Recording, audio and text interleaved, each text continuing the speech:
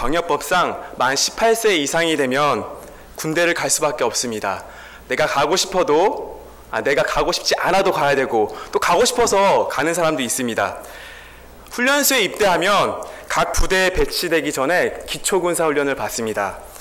훈련 내용에는 제식훈련, 수류탄 던지기, 또 피가 터지고 알이 배기고 이가 갈린다는 일명 PRI 훈련, 사격훈련이 있습니다. 또 정신교육, 행군 등이 있습니다. 이렇게 여러 가지 기초군사훈련을 받습니다. 이 중 특히 정신교육은 무엇일까요? 아시는 분도 있으시지만 모르시는 분을 위해서 제가 간략하게 말씀드리겠습니다. 무엇을 가르치냐 하면은 우리의 적이 누구이냐, 너가 과연 이곳에 와서 이렇게 입대해서 있는 이유가 무엇이냐, 너의 적이 무엇이냐 라는 그런 사상을 교육하는 것입니다. 북한이 바로 우리의 적이라는 것을 교육시키면서 그들이 왜 위협적인지, 또 그들은 어떻게 우리에게 공격할 것인지, 또 우리는 어떻게 대처해야 될 것인지 그거에 대해서 정신교육을 하는 것입니다. 물론 북한은 지금 우리의 적이기도 하지만 궁극적으로 우리의 동포입니다. 그렇기 때문에 우리의 영원한 적도 아니고 결국에는 통일할 대상입니다. 또한 그 북한은 우리가 전도해야 할 지역이기도 합니다. 사랑해야 할 우리의 똑같은 동포라는 것이죠. 여하튼 군인이 자신의 적이 누구인지, 그리고 적이 어떠한 능력을 갖고 있는지, 또 어떻게 공격하는지, 또 우리는 어떻게 대처해야 되는지 항상 군인은 숙지해야 됩니다. 숙지 안 할 경우에는 만약에 적이 공격해오면 어떻게 하겠습니까? 당할 수밖에 없습니다. 항상 늘 깨어 있어서 군인은 준비해야 됩니다. 그런데 제가 오늘 말씀을 통해서 말씀드리고 싶은 것은 바로 우리도 영적인 그리스도의 군사라는 것입니다. 회심한 그리스도인은 회심한 그 순간부터 영적 전쟁이 있다는 것입니다. 바로 사탄과의 전쟁이 있다는 것입니다. 우리 적 사탄은 끊임없이 우리를 공략할 것이고 우리에게 도전할 것입니다. 사탄은 하나님과 우리의 관계를 손상시키기 위해서 아주 간계를 우리에게 책략을 다하여서 우리를 공격할 것입니다. 오늘 말씀을 통해서 우리는 이런 사탄의 공격에 대해서 어떻게 대처해야 되는지 살펴보려고 합니다. 우리가 매일 영적인 전쟁을 한다면 우리의 적이 누구일까요? 바로 사탄이죠. 아무도 대답을 안 하시길래 사탄이 우리의 적입니다. 성경에서는 이 사탄에 대해서 어떻게 말하고 있을까요?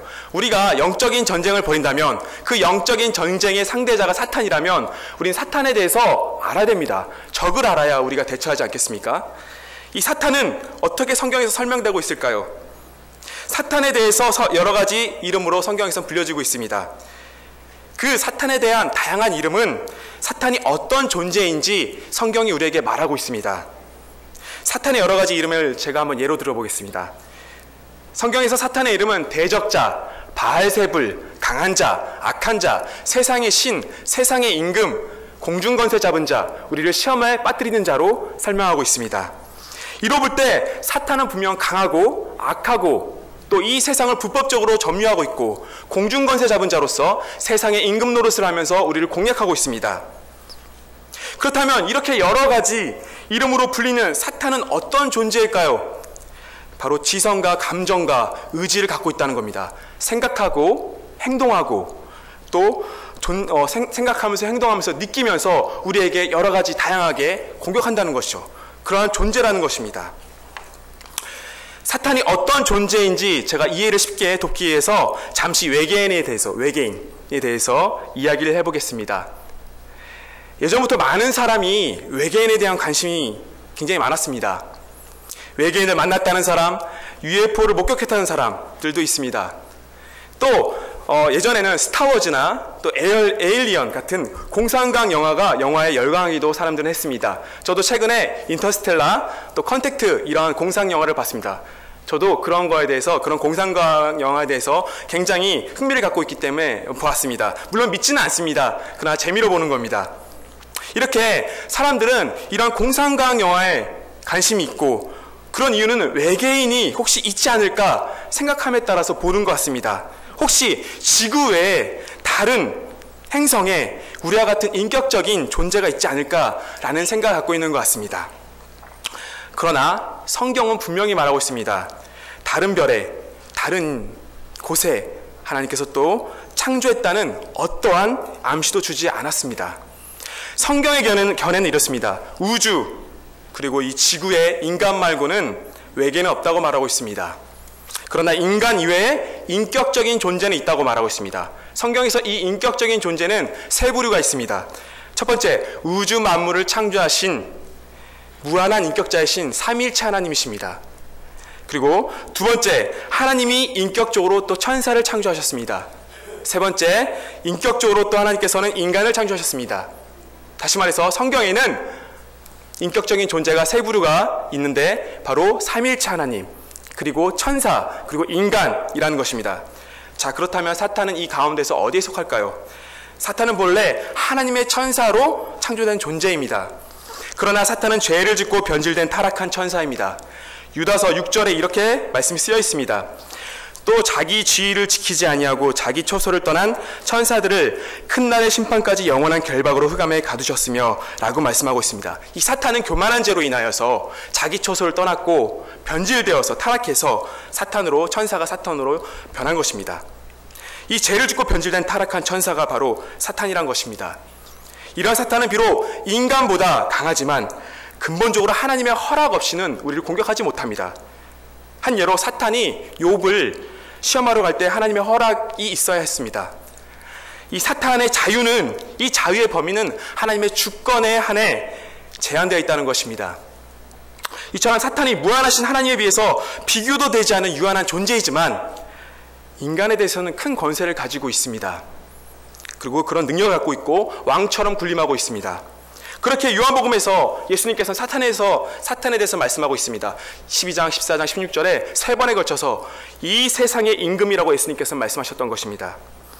사탄이 예수님을 광야에서 시험할 때에 예수님이 자신에게 절하면 천하 만국을 주겠다고 한 것처럼 사탄은 불법적으로 세상에 마치 자기인 것인 양, 이 세상이 자기인 것인 양 점유하고 있으며 우리를 계속 공격하고 있습니다. 그래서 사도 요한은 요한일서 5장 19절에 온 세상이 악한 자 안에 처해 있다라고 말하고 있으며 사도 바울은 사탄을 이 세상의 신이라고 고린도후서 4장 4절에 말하고 있으며 에베소서 2장 2절에 이 세상의 공중의 권세 잡은 자라고 말씀하고 있습니다. 자, 어떻습니까? 우리의 적 사탄은 바로 이런 존재입니다. 우리의 대적자인 사탄의 존재에 대해서 성경은 이렇게 평가하고 있습니다. 이러한 사탄이 우리에게 어떻게 하려고 합니까? 어떻게 공격하려고 합니까? 베드로전서 5장 8절에 보면 근신하라 깨어라 너희 대적 마귀가 우는 사자같이 두루 다니며 삼킬 자를 찾나니 라고 말하고 있습니다. 사탄은 우는 사자같이 우리를 삼키려고 합니다. 저는 이 말씀을 볼 때마다 경계심이 듭니다. 그리고 가끔 소름이 끼칩니다. 사탄은 사자같이 우리를 삼키려고, 우리의 목덜미를 물려고 한다는 것입니다. 그렇다면 우는 사자같이 우리를 삼키려고 하는 이 사탄에 대해서 우리는 어떠한 방법으로 대처해야 될까요? 그 전에 우리는 이 사탄이 어떻게 우리를 공격할지를 알아야 됩니다. 바울 사도는 11절에 마귀의 관계를 능히 대적하기 위해서라고 말하고 있습니다. 우리는 여기서 힌트를 찾아볼 수가 있습니다. 관계. 마귀는 관계를 통해서 우리한테 접근합니다. 이 관계라는 말은 다른 곳에서 책략 또는 속임수라고 번역되기도 합니다. 사탄은 그리스도인에게 온갖 책략과 속임수로 간교하게 접근합니다. 맨 처음 창세기 3장에 보면 사탄은 간교하다라고 표현하고 있습니다. 하와에게 선악을 알게 하는 나무 열매를 먹이게 할 때에도 간교하게 너가 하나님같이 되게 할 수도 있다 라면서 다가왔습니다. 이렇게 사탄은 우리에게 접근하는 방법은 간교한 방법으로 온갖 책략을 다해서 우리를 넘어뜨리려고 한다는 것입니다. 바로 이것이 사탄의 방법입니다. 그 예로 사탄은 때때로 세상의 사람이나 사물 또는 우리 자신의 도움을 받지 않고 단독적으로 우리를 공격합니다. 우리의 마음속에 하나님에 대한 모독적인 생각과 또는 악하고 강팍한 마음을 심어줍니다. 두 번째로 사탄은 때때로 세상을 이용하여서 우리에게 책략을 사용하고 공격합니다. 예수님을 시험할 때 사탄은 천하만국과 영광을 보여주면서 나에게 절하라고 합니다. 또 사탄은 때때로 우리 자신의 도움을 받아 공격을 합니다. 야고보서 1장 14절 15절에 보면 오직 각 사람이 시험을 받는 것은 자기 욕심에 끌려 미혹됨이니 욕심이 잉태한 즉 죄를 낳고 죄가 장성한 즉 사망을 낳느니라고 말씀이 쓰여져 있습니다. 또 사탄은 때때로 광명의 천사로 가장하여 우리를 공격합니다. 그리스도의 일꾼처럼 또는 의의 신실한 일꾼들처럼 가장하여 성도들을 공격하기도 합니다. 또 추가적으로 말씀드리면 청교도 거장 윌리엄 거널은 자신의 저서인 완전 무장한 그리스도인이라는 강해서에서 사탄이 어떻게 우리를 공격하는지 또 말하고 있습니다. 그리스도인이 나태할 때에 이 나태함을 이용해서 우리를 강교하게 공격한다고 합니다. 또 자신이 신앙적으로 세워졌다고 생각할 때에 사탄은 강교하게 우리에게 공격한다고 합니다. 성경 마태복음 16장에서도 베드로가 이러한 일이 있었습니다. 주는 그리스도시요 살아계신 하나님의 아들이니이다 라고 고백했던 이 베드로도 어떻게 됐습니까? 예수님께서 그 다음 구절에 내가 죽었다가 3일 만에 부활한다고 했으니까 주님 그러하시면 안 됩니다 라고 베드로가 말했습니다. 그럴 때 예수님께서는 어떻게 하셨습니까? 사탄아 내 뒤로 물러가라. 나를 넘어지게 하는구나. 너가 하나님의 일을 하는 것이 아니라 사람의 일을 하는 것이구나 라고 말하고 있습니다. 이렇게 우리가 신앙적으로 세워졌다고 마음이 들 때에 사탄은 강교하게 우리를 공격한다는 것입니다. 또 교회에서 우리가 인정을 받는다고 생각할 때에 내가 세워짐을 받았다고 할 때에 그때 사탄은 또 강교하게 우리를 공격한다고 합니다. 이처럼 사탄은 여러 가지 방식으로 우리를 아주 강교하게 온갖 책략을 써서 우리의 약점을 틈타 공격한다는 것입니다. 우리는 어떻게 해야 될까요? 11절에 마귀의 관계를 능히 대적하기 위하여 하나님의 전신갑주를 입으라고 말씀하였습니다. 그렇습니다. 이 관계를 능히 대적하기 위해서는 바로 전신갑주를 입어야 된다는 것입니다. 하나님의 전신갑주를 입어야 된다는 것입니다. 그리고 우리가 늘 영적인 그리스도 군사란 것을 자각하여서 나는 지금도 영적인 전쟁을 하고 있다는 것을 깨닫고 나는 지금도 전쟁 중이라는 걸 깨닫고 하나님의 전신갑주를 입고 그 전신갑주를 이용하여서 적용하여서 우리는 사탄에게 대적해야 된다는 것입니다. 영국의 훌륭한 목회자 존 스토튼이 이렇게 말합니다. 자신의 에베소서 강해서에서 에베소서 5장 22절 29절까지 바울이 그리스도인의 가정과 행복한 그리스도인의 관계를 묘사해 놓은 아름답고 감동적인 말씀 뒤에 오늘 본문 이렇게 을씨년스러운 전쟁을 묘사하고 있는 이유는 그리스도인으로서 평화와 행복은 영적 전쟁 없이 이룩할 수 없음을 보여주기 위해서 이렇게 본문이 기록되어 있다고 존 스토튼은 말하고 있습니다. 그리스도의 삶의 승리와 이 평화는 그냥 거저 주어지는 것이 아닙니다. 영적인 치열한 전투를 통하여서 가혹한 전투 있은 후에 그 승리 이후에 그 전투 이후에 바로 쟁취하게 된다는 것입니다. 그런데 이러한 승리는 어떻게 얻어질까요? 바로 전신갑주를 반드시 입어야 된다는 것입니다. 쉽게 말하면 존 스토튼은 우리에게 이렇게 말하는 것입니다. 그리스도인의 삶의 승리로 얻게 되는 이 평화와 행복은 그냥 거저 얻어지는 것이 아니라 내가 영적인 무장, 오늘 말씀에 나오는 이 영적인 전신갑주를 입어야 이룩할 수 있다는 것입니다. 우리는 필연적으로 영적 전쟁을 해야 하며 그러기 위해서는 반드시 하나님의 전신갑주를 입어야 된다는 것입니다. 마귀의 관계를 이기고 승리하기 원한다면 하나님의 전신갑주를 입어야 되는데 여기서 입는다라는 개념은 옛사람을 벗고 새사람을 입는 것과 동일한 것으로 하나님의 새로운 능력으로 무장하라는 명령입니다. 에베소서 4장 22절 24절에 이런 말씀이 있습니다. 너희는 유혹의 욕심을 따라 썩어져가는 구습을 따른 옛사람을 버리고 오직 너희의 심령이 새롭게 되어 하나님을 따라 의와 진리의 거룩함으로 지으심을 받은 새 사람을 입으라라고 했습니다. 자, 그렇다면 하나님의 전신갑주는 무엇일까요? 본문에서 6가지 구성 요소로 나옵니다.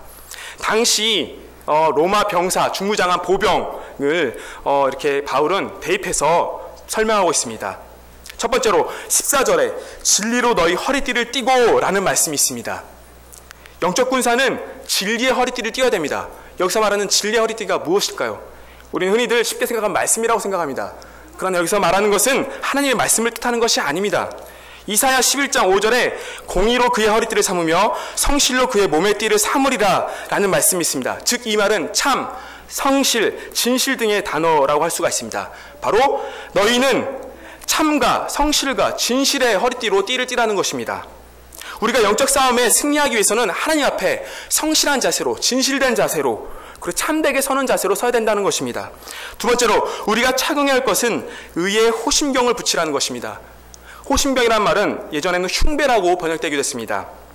이 호심경은 당시 로마 군인이 목에서 허벅다리까지 보호하는 장비였습니다. 그런데 여기서 우리가 먼저 살펴봐야 될 것이 있는데, 의의 흉배라고 할 때 이 의라는 것은 무엇일까요? 두 가지 견해가 있습니다. 첫 번째는 칭의, 믿음으로 의롭게 된다는 그 칭이라는 그 의가 아니냐, 또는 두 번째, 그리스도를 믿음으로 의롭게 된 우리가 마땅히 행해야 할 정직한 행동, 의로운 행동, 그런 의를 말하는 것이 아니냐, 이런 두 가지 견해가 있습니다. 그러나 존 칼빈과 웨스트코트는 말했습니다. 우리가 알고 있는, 굳이 우리가 상식적으로 생각하면 칭의라고 할 때 이 의를 칭의라고 생각하는 경우가 많은데, 그러한 칭의가 아니라 여기서 말하는 의는 그리스도로 그 전가된 의인, 의롭게 된 우리가 정직하게 행동해야 할, 선하게 행동해야 할 그러한 의를 말한다는 것입니다. 다시 말하자면 우리가 예수님을 믿음으로 의롭게 된 그 의를 말하는 것이 아니라, 예수님을 믿어서 의롭게 된 우리가 반드시 정직하게 행동해야 할 그런 행동, 그런 의를 말한다는 것입니다. 저는 이 두 번째 의견이 맞다고 생각합니다. 우리는 바로 우리 가슴에 하나님을 믿는 그 예수님을 통하여서 의롭게 된 우리가 정직한 행동과 그리고 성실한 그 자세가, 그리고 의로운 행동이 우리 가슴에 있어야 된다는 것입니다. 그리고 실천해야 된다는 것입니다. 그리고 세 번째로 15절에 평안의 복음이 준비한 것으로 신을 신고 라는 구절이 있습니다. 이 구절은 이사야 52장 7절, 좋은 소식을 전하며 평화를 공포하는 바를 상기시킵니다. 우리는 복음을 통해 하나님과 화목하게 되었습니다. 하나님과 가까워지고 놀라운 삶이 이루어졌습니다. 뿐만 아니라 성도들 간에도 평화가 이루어졌습니다. 이 평화의 복음의 신을 신고 다니면서 우리는 복음을 전파해야 된다는 것입니다. 네 번째로 16절에 모든 것 위에 믿음의 방패를 가지고 라고 기록됐습니다. 당시 로마 병사는 방패, 큰 방패를 들고 있었습니다. 길이는 1m 20, 120cm, 폭은 70cm, 큰 방패를 가지고 있었습니다. 이 로마 병사가 강했던 이유는 이 큰 방패가 있었기 때문입니다. 방패로 전술을 펼쳤기 때문에 많은 전투에서 로마인은 승리할 수가 있었습니다. 오늘 이 바울 사도도 이 방패를 강조하고 있습니다. 모든 것 위에 믿음의 방패를 가지고. 구약에서 이 방패 이미지는 하나님과 관련되어 있습니다. 시편에 여호와는 방패라는 구절이 많습니다. 방패는 하나님에 대한 믿음과 같습니다. 믿음은 하나님에 대한 신뢰와 의지를 말합니다. 즉 하나님을 전적으로 믿고 신뢰하는 것은 믿음의 방패를 소유하는 것입니다. 그럴 때에 악한 마귀의 그 불화살에 우리는 그 믿음의 방패로서 막을 수가 있다는 것입니다. 다섯 번째로 17절에 구원의 투구가 등장합니다. 구원의 투구라는 표현은 이사야서 59장 17절에 구원을 그 머리에 써서 투구로 삼으시며 라는 말씀을 우리에게 상기시킵니다. 그리스도의 군사는 이미 머리에 구원의 투구, 즉 구원의 확신이 있기 때문에 우리는 승리를 확신하고 영적 전쟁을 할 수가 있다는 것입니다. 마지막 여섯 번째, 이 성령의 검, 하나님의 말씀, 이 말씀을 가지라고 합니다. 지금까지의 무장 가운데서는 순수하게 공격용 무기는 없었습니다. 다 방어적인 장구였죠. 이제 이 공격용 무기인 칼이 나옵니다. 칼은 하나님의 말씀입니다. 성경에 나타난 모든 사람들이 마귀의 유혹에서 말씀으로 승리하였습니다. 예수님께서도 광야에서 마귀를 물리실 때 말씀을 물리셨습니다. 히브리서 4장 12절에 하나님의 말씀은 살아있고 활력이 있어 어떤 검보다도 예리하며 혼과 영과 관절과 골수를 찔러 쪼개나니 라는 말씀이 있습니다. 또 시편 119편 11절에 내가 주께 범죄하지 아니하려 하여 주의 말씀을 내 마음에 두었나이다 라는 말씀이 있습니다. 또 시편 119편 9절에도 청년이 무엇으로 그 행실을 깨끗하게 하오리까 주의 말씀을 따라 삼갈 것이니이다 라는 말씀이 있습니다. 말씀으로 사탄에게 이길 수가 있다는 것입니다. 하나님의 말씀의 중요한 이 진리를 하나둘씩 바르게 우리가 깨닫고 이해하며 바르게 적용할 때에야 사탄의 공격에서 이길 수가 있다는 것입니다. 지금까지 저는 영적 전쟁을 벌이는 이 영적 군사인 우리가 하나님의 그 전신갑주를 입어야 되는데 그 전신갑주가 어떤 것인지 간략하게 말씀드렸습니다. 진리의 허리띠, 하나님 앞에 성실한 마음으로 진실하게 진지한 자세로 쓰고 또 의의 호심경, 그리스도인이 된 우리로서 반드시 마땅히 행해야 할 선한 행동, 정직한 행동을 하고 그런 행동을 가슴에 새기고 평안의 복음을 신고 복음을 전파하고 또 하나님을 전적으로 의지하고 신하는 믿음의 방패를 소유하고 또 구원의 투구, 구원을 받았다는 확신을 갖고 우리는 승리할 수 있다는 그런 확신을 갖고 또 성령의 검인 말씀으로 마귀를 무찔러야 된다는 것입니다. 그러나 여기서 끝이 아닙니다. 우리는 전신갑주를 입고 싸우기 위해서는 내적인 힘이 필요합니다. 바로 깨어 기도하는 것입니다. 저는 24살 때 군대에 갔습니다. 좀 늦은 나이 갔습니다. GOP로 갔는데 경계 쓰는 군인이었습니다. 저는. 그래서 앞에 보면은 광활한 산이 보이고 또 앞에 보면 북한 초소가 보였습니다. 경계 근무를 쓰는 부대였는데 중요한 것은 우리 영적인 군사 우리들도 늘 보초를 서야 된다는 것입니다. 늘 깨어 있어야 된다는 것입니다. 기도는 이렇게 보초를 쓰는 것입니다. 경계 근무를 쓰는 것과 같습니다. 우리가 기도하지 않는다면 이 사탄은 우는 사자같이 우리의 목덜미를 물려고 달려들 것입니다. 오늘 말씀, 이 전신갑주, 하나님의 전신갑주를 입고 내적인 힘, 늘 깨어있어서 보초를 쓰는 바로 기도를 함으로써 능력을 얻는 우리 성도 여러분이 되시길 원합니다. 주 안에서 하나 된 우리 신월중부교회 사랑하는 성도 여러분, 우리는 영적인 그리스도 군사라는 것을 깨달아야 됩니다. 우리는 지금 영적인 전쟁을 벌이고 있습니다. 이미 전쟁은 시작되었습니다. 현재 북한과 남한이 휴전 상태입니다. 그러나 사탄과 우리는 휴전 상태가 아닙니다. 치열하게 전쟁을 벌이고 있습니다. 그렇게 우리는 반드시 이 전쟁에서 승리하려면 하나님의 전신갑주를 바로 입어야 된다는 것입니다. 11절에 입으라, 13절에 취하라 라고 명령어로 말하고 있습니다. 이것은 입지 않아도 되는 것이 아닙니다. 반드시 입어야 하고 취하여야 할 전신갑주라는 것입니다. 예수님께서 이 땅에 오셔서 죄와 사망을 정복하셨습니다. 죄와 사망의 통치자인 사탄의 권세를 깨부셨다는 것입니다. 십자가의 죽음과 부활로 이기셨습니다. 우리는 오늘 본문 10절에 나온 말씀처럼 사망 권세와 사탄을 정복하고 공중 권세를 이기신 예수 안에 우리는 거해야 하고 또 그 힘의 능력을 의지해야 할 것입니다. 거기서 힘을 얻고 그 다음 우리는 전신갑주를 입고 싸워야 할 것입니다. 그리고 늘 깨어있어서 우리는 기도해야 할 것입니다. 야고보서 4장 7절에 너희는 하나님께 복종할지어다 마귀를 대적하라 그리하면 너희를 피하리라고 말씀하고 있습니다. 베드로전서 5장 7절 8절에서도 대적하라 라고 했습니다. 마귀한테 피하면 안 됩니다. 야고보서 4장 7절에서도 마귀를 대적하라 라고 하고 있습니다. 우리는 마귀에게 대적해서 싸워야 됩니다. 무찔러야 됩니다. 그러기 위해선 하나님께 복종해야 되고 전신갑주를 입어야 된다는 것입니다. 디모데후서 2장 3절 4절에 보면 그리스도인을 가리켜 그리스도의 군사라고 표현하고 있습니다. 우리의 삶도 늘 영적인 전쟁이 있고 전도하는 것도 영적인 전쟁이 있고 한 사람을 양육하는 것도 영적인 전쟁이 있습니다. 왜냐하면 어느 하나라도 우리의 영적 생명과 관련이 없는 것이 없기 때문입니다. 사탄이 어찌 가만히 있겠습니까? 하나라도 소홀히 하면 우리의 영혼이 죽기 십상입니다.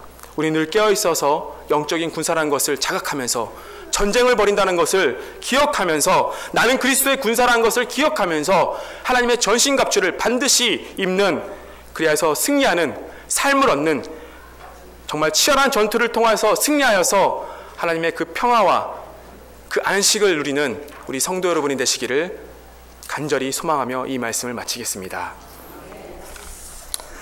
사랑의 하나님 아버지, 은혜와 사랑을 감사드립니다. 우리는 하나님의 영적인 그리스도의 군사입니다. 하나님 늘 깨어있어 기도하고 하나님의 전신갑주를 입고 마귀를 대적하여 승리하는 그러한 우리가 될 수 있도록 하나님 믿음을 허락하여 주시옵소서. 하나님 늘 깨어있어서 늘 보초를 서서 정말 기도하는 우리가 되게 하여 주시고 정말 우리를 우는 사자같이 우리의 목덜미를 물려는 그런 사탄에게 대적하여 승리하는 그리스도의 승리를 얻는 우리가 될 수 있도록 붙잡아 주시옵소서. 믿고 감사하며 예수님 이름으로 간절히 기도드렸나이다. 아멘.